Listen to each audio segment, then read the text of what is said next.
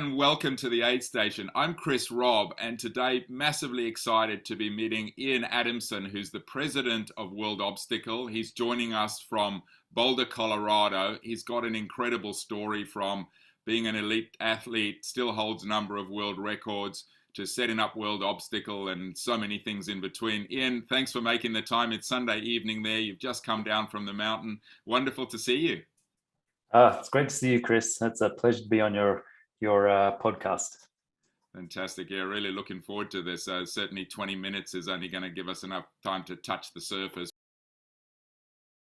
Why don't we start with a bit of your background, please, Ian? Oh, sure. Well, hard to make it brief, but I'll give it a shot. I've always been intertwined with international sport. My grandfather was a soccer player for Scotland, headed up the Australian Soccer Football Federation, so he was a national federation president. And then I've been in and out of governance from first year at university through to now. So that's 40 some years. And the track in between was I competed in many sports, Olympic sports actually, not at Olympic level, but soccer, sailing, cycling, canoe and kayak, and all at world level, but not Olympic level, different thing. Related, and in a very long story made very short, ended up back in Olympic sport after many years, after going through engineering and the running shoe industry and a few other things, event production, television production, a lot concurrently, so it was sort of overlapping and all related, but now back into Olympic sport, which brought us to World Obstacle. And that was that's been an interesting track. Started with a friend of mine, Joe DeSena. Joe and I competed in the Eco Challenge years and years ago, 20 years ago, I guess now. There were many of them. I think they've had their 10th in 2019. I did 9. And Joe and I we knew each other through the races. He was a finance guy from Wall Street and had a company that put on sort of corporate incentive travel stuff, like basically for his clients. Mm-hmm. So he had a bright idea to put on a race in the Virgin Islands where he was taking clients. And so I set the course, directed the race, put the thing together in 2001. And he got very interested in events at that point, and then started a company that ultimately led to Spartan Race. So many, many years later, full circle, he's wanted to take Spartan Race to the Olympics, which I thought was an interesting idea. And then a lady by the name of Colleen McManus said, hey, Ian knows about Olympic sport. Perhaps he could give that a shot. So I worked as a consultant to Spartan for a year and then pretty much came to the very solid conclusion, the brands cannot be sport unless they change themselves into something else. And so my advice to Joe is, do what you're doing, become Iron Man of obstacle racing. And he said, well, you should go or why don't you go and continue on the sport side, which I did. And so not kicking and screaming because it was intriguing and interesting. And at that point, I was getting called by other sports, Olympic sports, saying, oh, we heard that you're asking questions in the Olympic sport world. We would like to talk to you. So I started talking to other organizations. And people on this call probably don't know that you and I have many colleagues in common, going back 25, 30 years probably, or maybe longer, mostly in triathlon.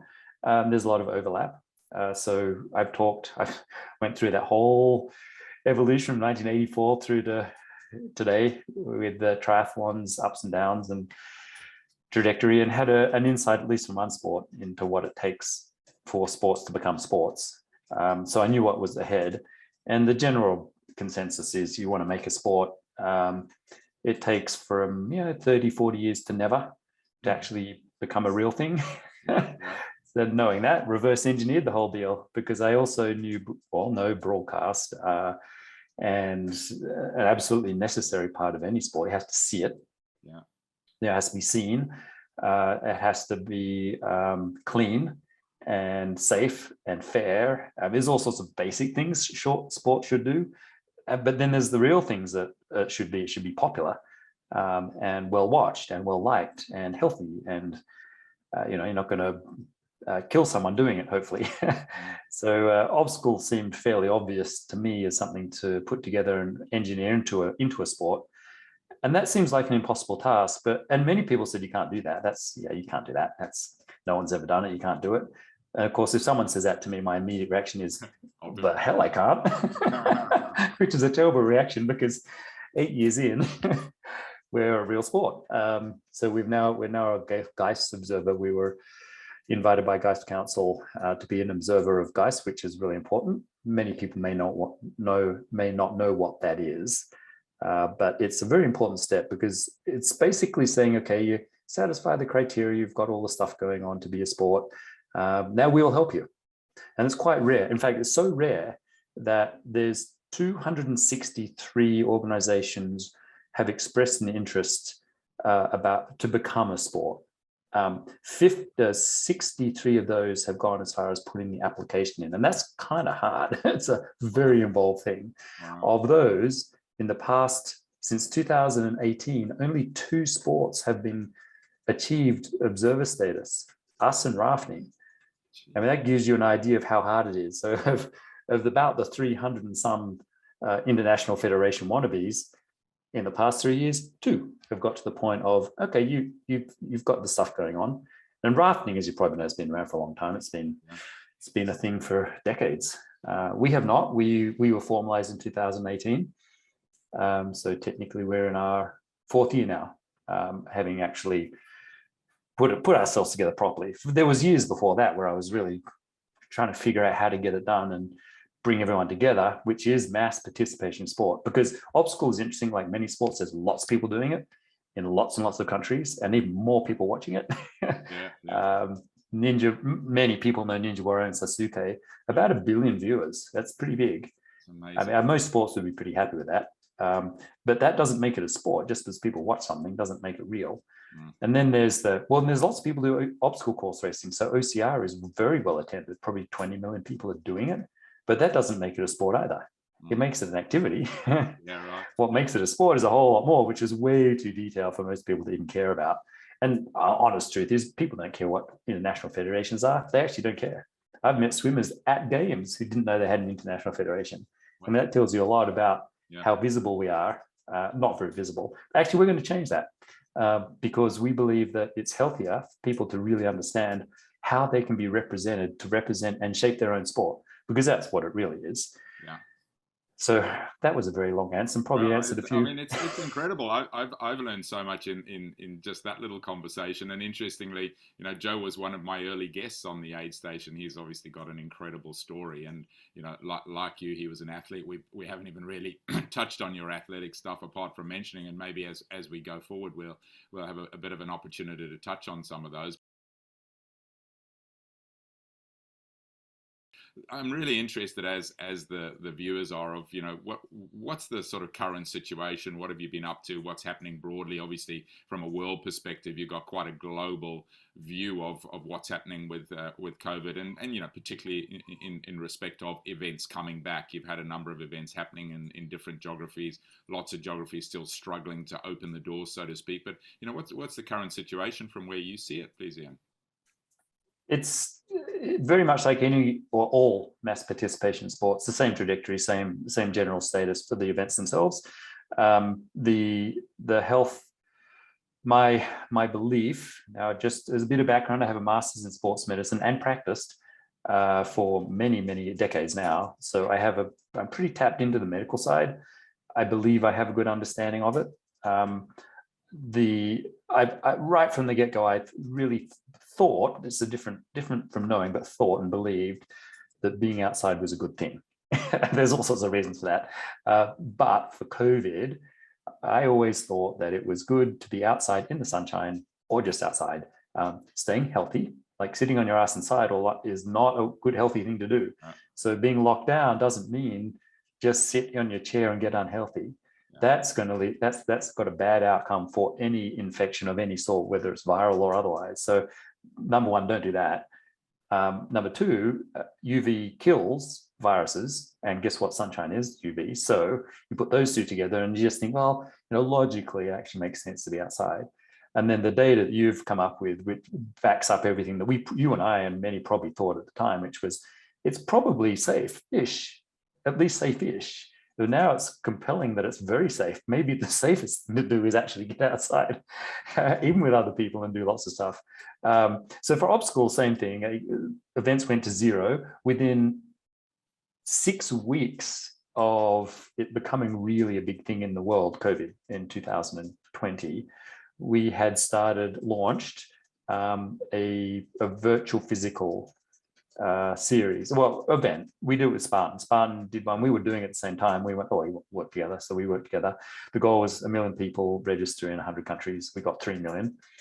And then people liked it so much, we just kept it as a World Series, much smaller scale, like a real World Series where there's only hundreds, not millions of people doing it. And that was for the elite. So we kept that, and that went to a World Final. So that was right out the gate. We just thought, well, gosh, we've got to do something. So we did. And that's very much what Joe does, shoots from the hip. And he says, and I agree, fire, ready, aim, or something like that.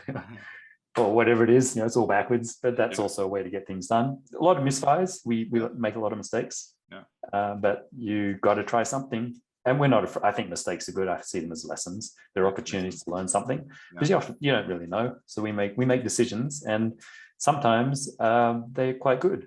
Like our ninja stuff has been very successful. Obviously no spectators now, but the first and only world champs we had in 2019 in Moscow was 100,000 spectators conservatively. That's the picture behind you, isn't it? That's incredible. Yeah, I don't know if it's this is visible on your podcast, but it's amazing. Yeah, you can see that's the course is 160 meters long. So there's 200 meters of people either side, about 50 meters deep, and that's the size of a stadium, big stadium. Yeah. So there's a lot of people. Move your head slightly right so we can actually see the course behind you. So there's the there's the course. That's just the very end of the course.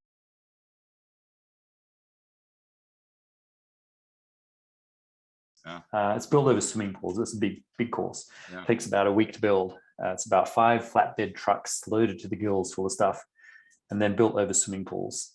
So very successful. We also kept it running for a long time. It's a curiosity thing. People know the sport. I mean, they know the shows, so they see it and they go, "Oh, that looks great and fun." It's really scary, by the way, because it's really high. You can be 40 or 50 feet up in the air and then land in a pool. So people try. We opened it up for everyone, and the Gorky Park, who was hosting, they liked it so much they just kept begging our partners, the hosts in Russia, which is OCR Russia. It's actually Hero League's company. They begged them to keep it open. So it's a heavy lift because you've got staff and safety, and we were running the thing 14 hours a day. I mean, it was immense. So ran it for another 5 days. And there was quite a few thousand people went through the course, which was great. We didn't really expect that level of traction, but it sort of makes sense. The ATS team in the United States, they have the global rights for Ninja Warrior shows. Said pretty much that happens when they put a show on. If they don't put it behind in a studio, some setting like Studio City, they can gridlock a city because people just try and get in. That just stops. So they stopped doing that. Right. So that was our hope. And it turns out, whether it's Moscow or Atlanta, Georgia, same thing sort of happens. People love it. Wow. And that's good. So this helps the sport. This helps all mass participation sports, because people want to do something or see something that they want to do and then be able to do what they see. So we've worked very hard to provide that. We've worked very, very hard years and years ago, actually starting in 2015, we started working on the idea that broadcast and sport can be the same thing. Because Ninja it's a TV show. Ninja Warrior is a TV show. It is not a sport. It's a competition, but it's also post-produced and cast. So in terms of pure competition, the fastest athletes may not necessarily be on the shows. The best show athletes are on the shows for sure. Some of them are stunningly good athletes. But if you marry the two, so what people want to do, and it's sort of merged, like us people start doing ninja stuff. There's ninja gyms and ninja competitions and ninja training and ninja, I mean, there's all sorts of ninja stuff now. There's an amazing ecosystem around it, which I think participation generally does. And it's one of the things that I'm trying to get governments to recognize. It's not just about the marathon or the triathlon or the cycling event. It's about everything else that you do. Oh my gosh, it's huge. It's that's impacting, communities on such a broad scale. Oh, it does.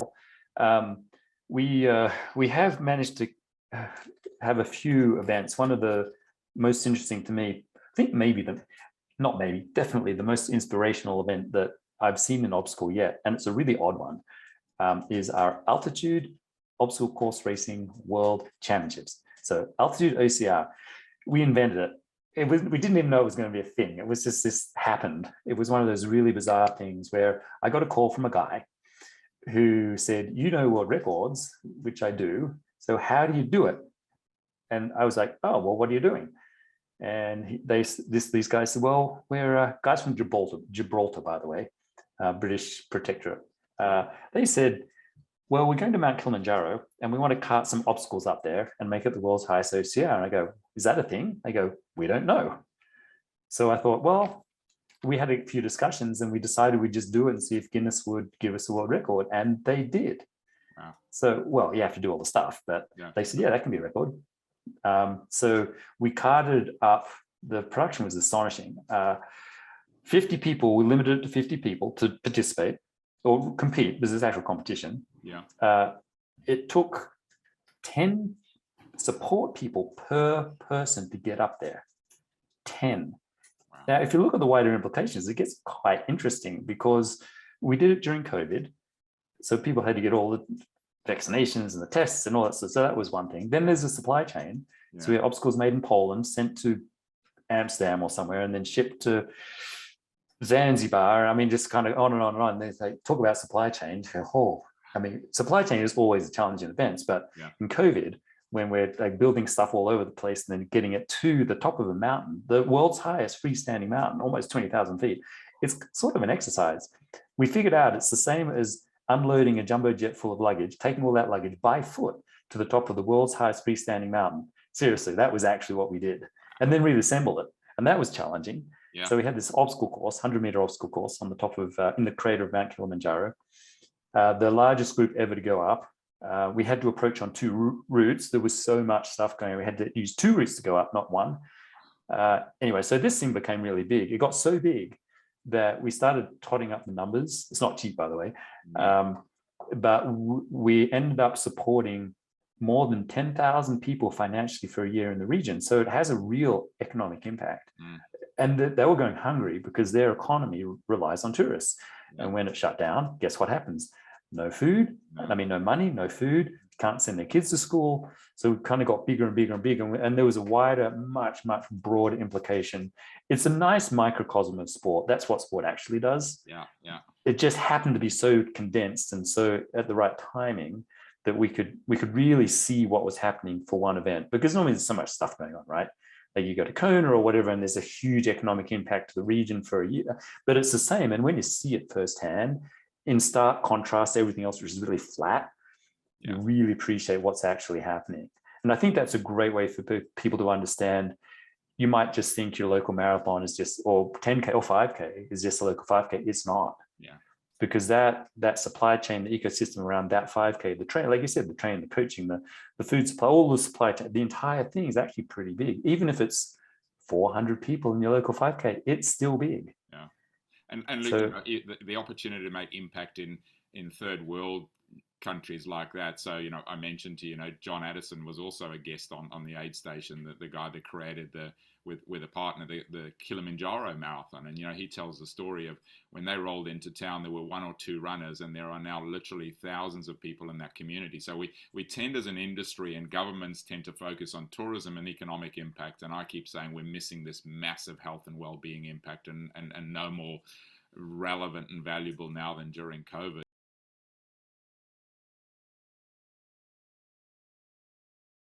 That's just incredible. Obstacle races at the top of Kilimanjaro, and while we're speaking of third world countries, you shared an amazing concept that you created called, I think it was right in saying, obstacle in a box. Tell me just a little bit about that and the impact that you've had on communities around the world with that, please, Ian. Well, we had an idea to do a VR/AR project, and it turned into a thing called obstacle in a box, the idea was put it in a shipping container, a very small shipping container, and then ship it anywhere in the world with solar panels, charge phones and all sort of stuff. Well, we started doing these, actually our Filipino organization, they've now got them all over the Philippines, and they're 10 by 10 feet by 10 foot cubes. So they're tiny, but they've got up to 16 obstacles in them. So you can kind of do the obstacle, run out, come back, and they're very inexpensive. They're very easy to move around. They're very easy to deploy. They're like kids' playgrounds for adults, and they address needs that exist. And the cost-effective part gets them into schools, universities, and colleges, and parks, and we've got a project in the US to put in, potentially like 400 of the things all over the US. We've got all these kind of happened, and we still have the box idea to make it a connected thing so that any country could have one and use it for training, competition, and other things, for youth development and health and wellness. And got a project with Saudi Arabia and a few other countries to do similar things. And it just turns out to be an inexpensive, useful thing that people really like.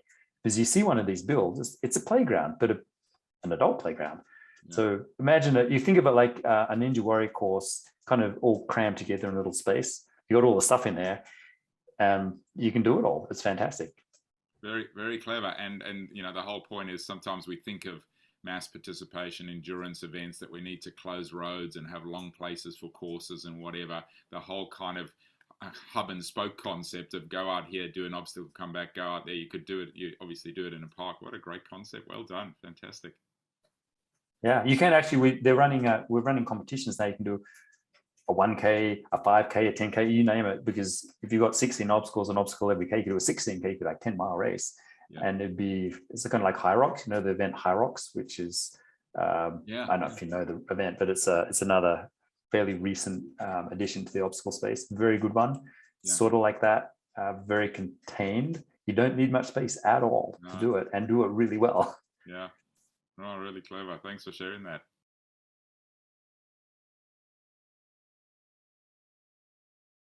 I always like to, and time runs along, we could talk for hours on this, Ian. I always like to talk about leadership, and clearly, you've been in leadership roles in so many different spaces. Can you talk to us a little bit about leadership? I mean, are there any particular principles? Is there someone that guided you when you were younger? How do you put yourself so successfully into a leadership role like you have to create a sport and create all these events and overcome all the challenges? It was probably through racing, I guess. Well, I was an engineer, so I worked in engineering, then I went into biomedical engineering, and I went from being a design engineer to a project engineer to project manager. That's leadership. So project management is leadership. Done well, it's leadership. So, and I was quite young. I think I was quite young. I was in my 20s when I was leading a division of, at the time, the world's biggest biomedical engineering company. But then that was when I switched to athletics. When I made the transition, I didn't switch. I made the transition over a few years to being a pro athlete, and then took that knowledge with me into adventure racing, which is a team sport and requires leadership. Yeah. And then sort of honed my skills there in a much broader context with a lot more variety. And then I went back into industry, into the shoe industry for about almost 10 years, and then back into sport. But it's all closely related. So I think it was just decades of experience, many failures, which is really how to learn. I think if you don't fail, you don't really learn anything, or you might not acknowledge that you're failing. So that's kind of where that came from. But to me, to distill it down, it's communication, understanding that everyone's point of view is 100% correct, even if you don't agree with it. You can't, an opinion is always right. Yeah. Now, opinion and fact, different things. So just knowing that and being able to nod and actually agree with someone that their opinion is completely valid is enough. Yeah. Now, you might not agree with the opinion, but then I would just say, I value that opinion. I think it's completely valid, and I have a different opinion. Yes. And that's I see people often saying, that's wrong, you can't do that. That's not okay for many reasons. And that's a terrible way to communicate. It's also a terrible way to get something done. Usually, I've got an example. When I was producing triathlons, I started 24 hours of triathlon many, many years ago, still going today. Mm-hmm. And there's 3%, 1% maybe of people who are very loud in events. You always get them, right? In any space. It doesn't matter if it's an event or not, but in this case, the triathlon. There was one particular woman who was just going at it about the rules and the officials and the judging. And finally, I was like, after a few events, I'm like, all right, you're obviously really passionate about this. Would you like to head up our rules committee? And she said, yes. And I had the world's best enforcer. Most other people were saying, oh, she's a pain in the ass. You got to get rid of her. You've got to stop her coming to the events. I'm looking at going, yeah, I don't think so. No, I think we can use this because they're not, people are, if they're passionate about something, they'll be really, really loud. Yeah. Now, they might not come across really well. It doesn't matter. If they're loud for a reason. And usually it's because they're passionate about it. In this case, passionate about fairness. Great. Thank you very much. You want to help? Wow, that's awesome. Some amazing insight. I'd love to touch on something just before we wind up that we spoke about last week when we were on a call, and that's about sleep and some of the amazing insights you had, because I think, you know, my sense of people that I know in the industry, people in life generally at the moment, sleep has become a real issue during COVID times. People hooked on their devices, kids hooked on their devices, not sleeping. And you gave me some just incredible insights around sleep. We could probably speak about that just for an hour on its own, but maybe in 2 or 3 minutes, just, you know, that experience you had with losing your memory from lack of sleep, and then, you know, how your brain was able to repair, and the value and importance of sleep. I'd love you just to touch on that, because I think it's super relevant to people that will be watching this. Sleep's required to survive. You can't, if you don't sleep, you'll die pretty quickly. Actually, it takes about 2 weeks. If you don't sleep 2 weeks, you'll probably die. And there's world records for sleeping that are a lot longer than that, but they actually allow napping, so it's not completely sleep deprived.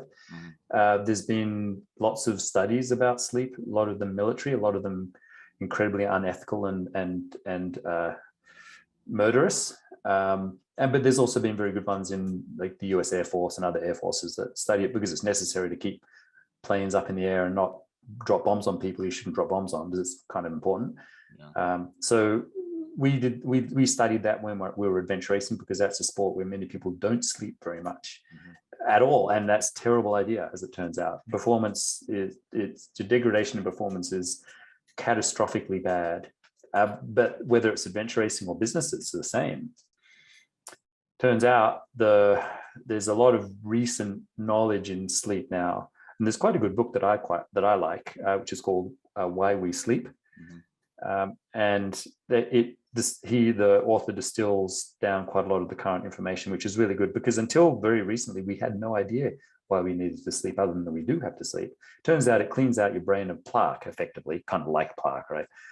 The stuff that accumulates in your brain, and if you don't clean it out, you'll start to lose cognitive function. So you'll get brain damage, and the effects can be worse and injurious in the long term. They can be acutely bad.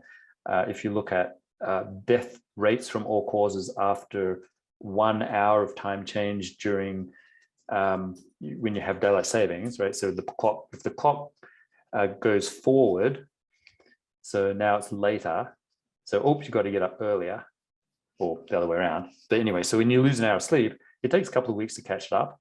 In that time period, the number of fatalities from all causes, we call all cause mortality death, all cause mortality, it goes up measurably. And now, over years and years and years of accumulating data over many countries, and I think it's trillions of hours of data now, it's absolutely solid, is that you get 1 hour less sleep, your chances of dying go up quite a lot. 1 hour. Yeah. And that's acute things, car crashes, and it's like falling, big one, all sorts of things. And it takes a long time to catch it up. And you actually takes a long time to repair your brain. Mine was pretty damaged. I had short, long-term memory loss. It took about 5 years to get it back. We've got plastic brains, so you can work at it, but it's bad. It's terrible, actually. Terrible for productivity, terrible for business, terrible for sport, terrible for everything. And for your life and health. Wow. Look, great insights. As I said, we could talk for ages.